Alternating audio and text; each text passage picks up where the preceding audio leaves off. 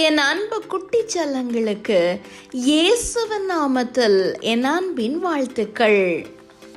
குட்டி செல்லங்களே, எகிப்தியர்களுக்கு கடவுள் அனுப்பிய பயங்கரமான பேரழிவுகளை குறித்தும், தவளைகளை குறித்தும், ஈக்களை குறித்தும், மரணங்களை குறித்தும் நாம் அறிந்து கொண்டோம் இல்லையா? இவையெல்லாம் முடிந்த பின்பு ஒரு வழியாக இஸ்ரவேலர்கள் எகிப்திலிருந்து வெளியேறுவதற்கு பார்வோன் தயாராக இருந்தான்.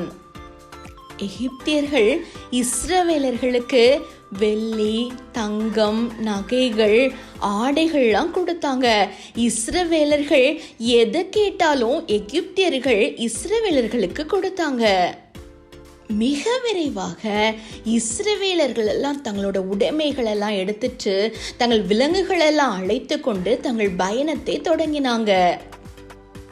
கடவுள் மோசேக்கு எந்த வழியில போகணும்னு சரியா வழி சொன்னாங்க.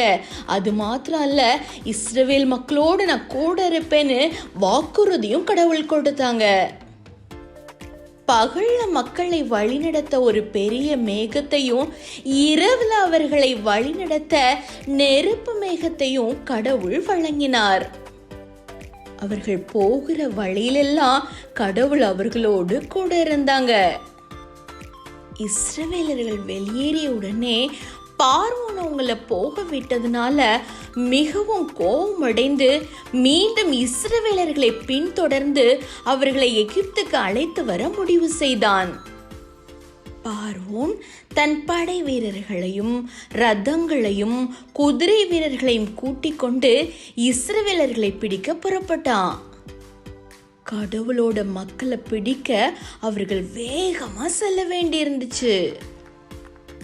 மோசேயும் இஸ்ரவேலர்களும் வெகு தூரம் நடந்து செங்கடல் என்று அழைக்கப்படும் ஒரு பெரிய கடலை அடைந்தாங்க. இஸ்ரவேலர்களுக்கு முன்னாடி ஒரு பெரிய கடல் இருந்துச்சு. பின்னாடி பார்த்தா எகிப்தியர்கள் அவங்கள துரத்திட்டு வராங்க. அவங்கள பிடித்து மீண்டும் எகிப்துக்கே கொண்டு போகணும்னு. இப்ப என்ன செய்வாங்க இஸ்ரவேலர்கள்? இஸ்ரவேலர்கள் கூட யார் இருக்கிறாங்க?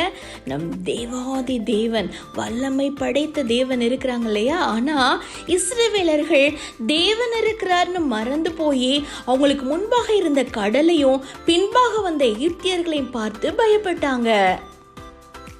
ஐயோ, எங்களுக்கு மிகவும் பயமா இருக்கிறது என்று சொல்லி கூக்குரலிட ஆரம்பித்தாங்க. கடவுள் மோசேயும் பலப்படுத்தி ஜனங்கள் கிட்ட தைரியமா இருக்கணும்னு சொன்னாங்க. நான் உங்களோடு தான் இருக்கிறேன், உங்களை கைவிட மாட்டேன்னு தேவன் மோசே கிட்ட சொன்னாங்க. அது மட்டும் இல்ல, கடவுள் சொன்னாங்க மோசே கிட்ட, உன் கையில ஒரு கோல் இருக்குல்ல, அதை கடல் மேல உயர்த்தி பிடின்னு சொன்னாங்க.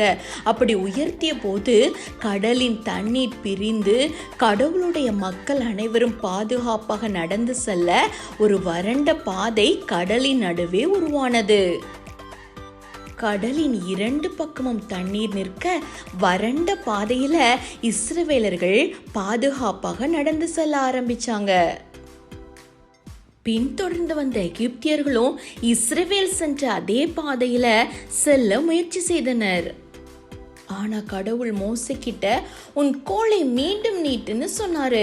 மோசேயும் கீழ்ப்படிந்தாரு. பிரிந்திருந்த தண்ணீர் மீண்டும் மூடியது. எகிப்திய வீரர்களும் குதிரைகளும் ரதங்களும் தண்ணீரில மூழ்கி போயிடுச்சு. அவங்களால இஸ்ரவேலர்களை பின்தொடர முடியல. கடவுளுடைய வல்லமையை மறந்து போய் எகிப்தியர்களை பார்த்தும் கடலை பார்த்தும் பயந்து நின்ற இஸ்ரவேலர்கள் இப்போது கடவுளுடைய மகிமையை பார்த்து, வல்லமையை பார்த்து தேவன் யார் என்று அறிந்து கொண்டாங்க. தங்களை காப்பாற்றிய தேவனுக்கு நன்றி செலுத்தினது மாத்திரம் அல்ல, வல்லமை பொருந்திய கடவுளை ஆராதிக்கவும் ஆரம்பிச்சாங்க. கர்த்தரின் வல்லமையை நினைத்து அவங்க துதித்து ஆராதித்து கொண்டே அவங்க பயணத்தை தொடங்கினாங்க. தேவன் செய்த நன்மை நினைத்து கொண்டு நீங்களும் துதித்து கொண்டு ஆராதித்து கொண்டே இருங்க. தேவன் அடுத்தபடியே இவங்களுடைய வாழ்க்கையில என்ன அதிசயங்கள் செய்தார்னு நம்ம பார்க்கலாம்.